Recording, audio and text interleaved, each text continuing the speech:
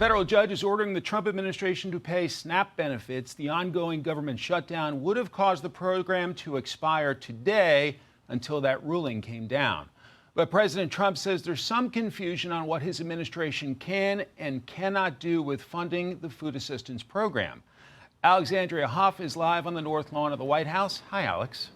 Hi, Mike. Yeah, so this ruling came after 25 states that were Democrat-run had sued the Trump administration over its hesitancy to tap into emergency SNAP reserves to continue to fund the program. The Department of Agriculture had said they didn't feel that they could legally use those funds because the program had to be active in order to do so, which, of course, due to the shutdown, it is not.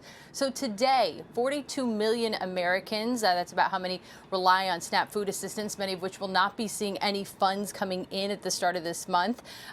Many nonprofits, they've been trying to fill this gap down in Houston at NRG Stadium. There's a food distribution going on today. But this ruling, this judge says it's really up to the Trump administration to fill the gap. And President Trump's saying his administration is seeking clarification from the courts. He added this on Truth Social.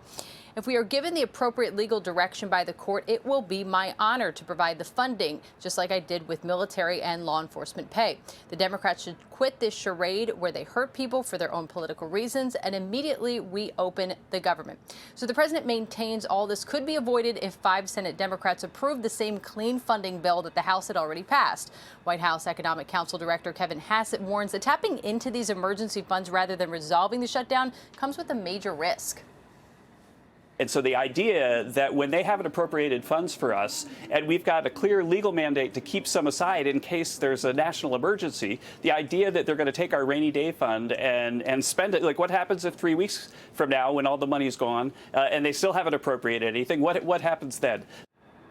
House Minority Leader Hakeem Jeffries, he's saying today, though, that the Trump administration should not be waiting for legal clarification and that they should release those SNAP funds out of that emergency reserve now. Mike. Alexandria Hoff, live on the North Lawn. Alex, thanks very much. Thank you. For more, I'm now joined by Texas Senator and member of the Senate Budget Committee, John Cornyn. Senator, welcome. Thanks, Mike. So now the government shutdown is beginning its second month. President Trump's patience has worn out. He's suggesting the Senate go nuclear, changing the rules from a 60-vote threshold to a simple majority. Majority Leader John Thune's spokesman saying, quote, Leader Thune's position on the importance of the legislative filibuster is unchanged. Senator, how does the shutdown end, and what about the frustration with the Senate rules? Well, this is a dumpster fire of Chuck Schumer's own making. The House, as you know, passed a continuing resolution in November the 21st. We're almost there. And the simplest way to solve the problem would be for him to free up at least 5 more Democrats to vote to reopen the government. But insofar as the filibuster is concerned, I think there's good reasons to preserve the filibuster. When Democrats are in charge, they can basically grant amnesty to all of the folks who are illegally in the country. They can create 2 states, Puerto Rico and Washington, D.C., each with 2 Democratic senators. In other words, they could transform the country forever. But with this unprecedented obstruction by Chuck Schumer, I think all options should be on the table. An estimated 42 million people are impacted by the expiration of SNAP benefits. You're somebody trying to address that issue. Do you expect at some point a vote on addressing the SNAP issue? Mike, this is a problem of Democrats' creation, and now they're blaming President Trump, who had no responsibility for shutting down the government. And they should reopen the government and make this problem simply go away. But, rather than have this duked out in the courts, because there are contradictory court rulings already about how or whether these contingency funds can be accessed, the simplest solution is reopen the government, problem solved. Some of your colleagues say they've come across what they believe is a Biden administration enemies list from the Arctic frost investigation. I want to play a clip from your colleague, Ron Johnson, and I'll get you to react. This is just the tip of the iceberg. We need that information. We need whistleblowers to come forward. But this, and I said in the press conference, this was an enemies list. We got 1,700 pages, about 197 subpoenas. These weren't targeted subpoenas. These were, asking for everything but the kitchen sink. Senator, what's your assessment of what you've seen from this so far?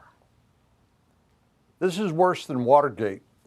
This fishing expedition by Jack Smith, who, by the way, was being supervised by Merrick Garland, the Attorney General, and so he had to know about this, but spying on sitting senators and the donors to the Republican Party in order to try to gather evidence against President Trump, this is completely out of the bounds of any legally appropriate procedure, and we're going to investigate it to get to the bottom of it. If this can happen to U.S. senators, what about you? I think this ought to put fear in the hearts of all Americans. You're also a member of the Senate Judiciary Committee. Do you expect Special Counsel Jack Smith will be brought before your panel to answer tough questions about this investigation? Yes, he will. But first, the Department of Justice needs to come forward with the documents that have been requested by Senator Grassley and Senator Johnson. They've been stonewalled for a long, long time. Once we get all the information so we know exactly what happened, then it would be appropriate to have Jack Smith come testify. You are up for re-election next year. A feisty Democrat congresswoman named Jasmine Crockett is, quote, seriously weighing a Senate bid. What is your assessment if you end up running against Congresswoman Crockett? Well, that would be entirely consistent with the modern Democratic Party, where they're going to elect a new mayor in New York, a so-called Democratic Socialist, Mondani. And I think she'll push the Democratic primary farther to the left. Texas is still a red state. If we have a credible candidate at the top of the ticket, we should be just fine in Texas, but I would enjoy the competition. Are you enjoying being out on the campaign trail, and what are you hearing from your fellow Texans, sir? Well, Mike, I've been doing this a while. I've been through a lot of campaigns. I love the competition. I love being able to get out and talk to my constituents. I got a lot of them. There are almost 32 million, 1,600 new people moving a day to our state of Texas. So it takes a little while to campaign, to reacquaint people with your record and what you've done and what you will do if reelected. And I enjoy it. Senator John Cornyn of the great state of Texas and that beautiful shot in Austin, Texas. It's great to have you, sir. I hope you'll come back. Hey everyone, I'm Emily Campagno. Catch me and my co-hosts Harris Faulkner and Kaylee McEnany on Outnumbered every weekday at 12 p.m. Eastern, or set your DVR. Also, don't forget to subscribe to the Fox News YouTube page for daily highlights.